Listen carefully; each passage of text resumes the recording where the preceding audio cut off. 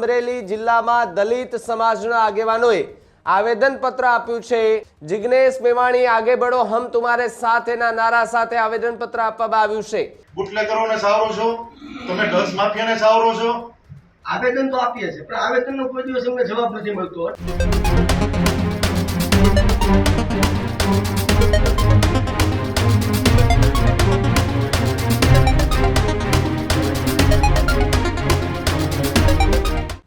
સમાચારોમાં આગળ વાત અમરેલીની કરીએ તો અમરેલીમાં જિગ્નેશ મેવાણીના સમર્થનમાં આવેદનપત્ર અપાયો હોવાની વાત સામે આવી રહી છે। છેલ્લા કેટલાય દિવસથી જિગ્નેશ મેવાણી કોંગ્રેસ નેતાના વડગામના ધારાસભ્ય જેમણે પટ્ટા ઉતારવાની વાત કરી હતી તેને લઈને વિવાદ જે છે તે રાજ્યમાં સર્જાયો છે। ત્યારે જિગ્નેશ મેવાણીના સમર્થનમાં અમરેલીમાં આવેદનપત્ર અપાયો હોવાના સમાચાર। અમરેલી જિલ્લામાં દલિત સમાજના આગેવાનોએ આવેદનપત્ર આપ્યું છે।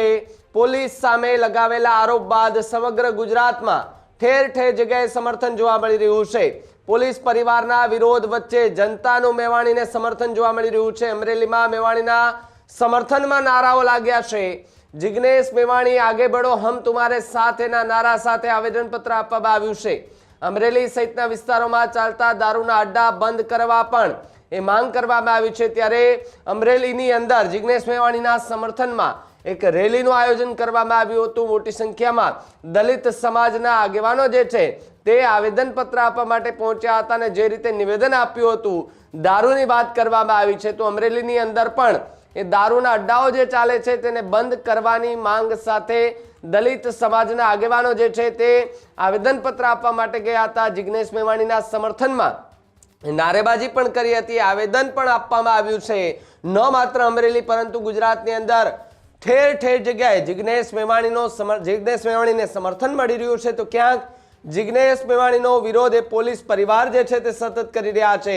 એ કોંગ્રેસની યાત્રા હોય કે પછી અમિત ચાવડા હોય એમની સામે પણ જે પોલીસ પરિવારો છે એ સતત વિરોધ કરતા જોવા મળી રહ્યા છે। જે જન આક્રોશ યાત્રા હતી તે દરમિયાન પણ જે ઉત્તર ગુજરાતની અંદર લોકો જે છે પોલીસ પરિવાર છે તે રસ્તા પર ઉતરી આવ્યા હતા અને આખી ઘટના છે તેને એ વર્ણવી હતી કે આવી રીતે જે શબ્દ બોલ્યા છે એ શબ્દની માફી માંગે અને માફીનામું આપે તેવી વાત જિગ્નેશ મેવાણી સામે પોલીસ પરિવાર સતત કરી રહ્યા છે। ત્યારે ગુજરાતની અંદર હાલ જિગ્નેશ મેવાણીને લઈને ક્યાંક સમર્થન જોવા મળી રહ્યું છે તો ક્યાંક તેમનો વિરોધ જોવા મળી રહ્યો છે। ક્યાંક એમના વિરોધમાં આવેદન અપાઈ રહ્યા છે તો ક્યાંક એમના સમર્થનમાં આવેદન જે છે તે અપાઈ રહ્યા છે। ક્યાંક દારૂના અડ્ડાઓ બંધ કરવા માટે આવેદનો અપાઈ રહ્યા છે। ત્યારે અમરેલીથી શું એ વિગતો મળી રહી છે અને શું પ્રતિક્રિયાઓ આવી રહી છે, આવેદન આપતા કયા પ્રકારના ગંભીર આરોપો સામે આવ્યા હતા, જુઓ આ વિડીયોમાં। અને આપણે સરકારમાં જે આપણો હેતુ કયો છે કે દારૂથી માંડ ડ્રગ્સના બધા દૂષણો આપણે બંધ કરવા જોઈએ। એની જગ્યાએ આપણા ગુજરાતના ગૃહમંત્રી હર્ષભાઈ સંઘવી એને એવું નિવેદન કરી દીધું કે ઘણા બધા શબ્દ એવા બોલ્યા પણ એની જે ચોર છે એને તું વધારે ચોરી કર આવી રીતે એને પ્રોટેક્શન આપ્યું છે।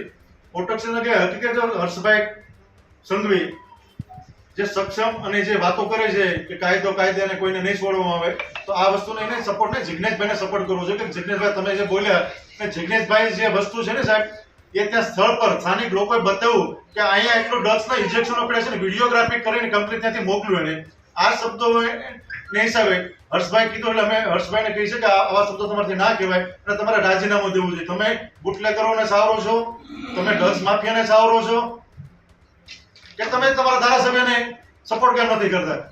આવનારી પેઢીઓ અમે અવારનવાર અનુસૂચિત જાતિ સમાજના જે લોકો છે, કાર્યકરો, આગેવાનો છે એ આપસાહેબને અમે આવેદન તો આપીએ છીએ પણ આવેદનનો કોઈ દિવસ અમને જવાબ નથી મળતો। એટલે આજે છે ને થોડોક મૌખિક તમારી પાસે જવાબ જોવે છે કે જિગ્નેશભાઈ મેવાણી જે બહેનોને લઈ અને પોલીસ સ્ટેશન જે ફરિયાદ કરવા ગયા કે અહીંયા ડ્રગ્સ ને દારૂ ને જે એક્સ્ટ્રા જે બધું વેચાય છે તો એ સાહેબ એને ખોટું કર્યું કે સાચું કર્યું?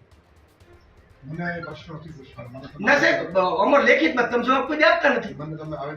ના સાહેબ તમે અમારા પ્રતિનિધિ છો, તમારે અમને જવાબ આપવો પડે છે। મારે શું કરવું મારે શું ન કરવું એ માટે તમારે નહીં, એ માટે નહીં, અમારે તમારે મૌખિક ચર્ચા કરવી, મૌખિક ચર્ચા કરવી છે સાહેબ। મૌખિક ચર્ચા માટે નથી, તમે આવેદન પત્ર આપવા કેમ છે? તમે આવેદન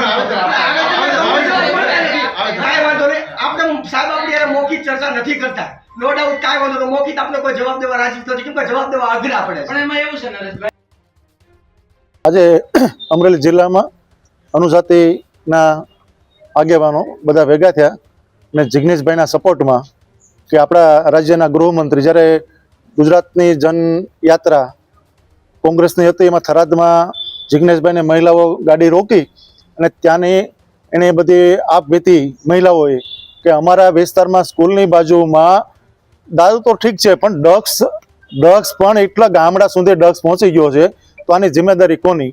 એ માટે જિગ્નેશભાઈ ત્યાં ગયા ને જિગ્નેશભાઈ જોયું બધું, ત્યાં વિડીયોગ્રાફી કરી અને ત્યાં એ એસપી સાહેબને મળવા ગયા, એસપી પોલીસ સ્ટેશન મહિલાઓ સાથે. ત્યારે ત્યાં એવી ચર્ચા થઈ કે ભાઈ આ એટલું બધું તમારા અહીં દૂષણ છે તો તમે કેમ આની ઉપર એક્શન લેતા નથી? બરોબર, તો આ મુદ્દા ઉપર આપણા ગુજરાતના ઉપમુખ્યમંત્રી અને ગૃહ રાજ્યમંત્રી હર્ષભાઈ સંઘવીએ લાજવાને બદલે એવા ગાજ્યા કે પોલીસના પ્રોટેક્શનમાં એ માણસે રેલીઓ કાઢી જિગ્નેશભાઈની વિરુદ્ધમાં કે નકર હર્ષભાઈ જો સારા વ્યક્તિ હોય, સાસા હોય, સંસ્કારીની વાત કે સંસ્કાર એનામાં હોય તો આ શબ્દો એને જિગ્નેશભાઈને સપોર્ટમાં કહેવા જોઈએ કે જિગ્નેશભાઈ તમે જે વાત કરી છે ચાલો મને બતાવો તમારા વિડીયોગ્રાફી, હું તમારી સાથે છું અને આને ડામમાં કોઈ પણ અધિકારી હોય એના ઉપર એક્શન લેવામાં સરકાર તનદર મજબૂત છે. એની જગ્યાએ એને જિગ્નેશભાઈના વિરોધમાં ને જિગ્નેશભાઈને જે શબ્દો કીધા એ અશોભનીય છે અને અમે તો એવું કહે છે કે હર્ષભાઈને શરમ હોય તો રાજીનામું દેવું જોઈએ અને કોઈ બીજા કેપેબલ હોય, હોશિયાર ગૃહમંત્રી હોય એને સરકારે એને ગૃહ ખાતું આપવું જોઈએ. જય હિન્દ.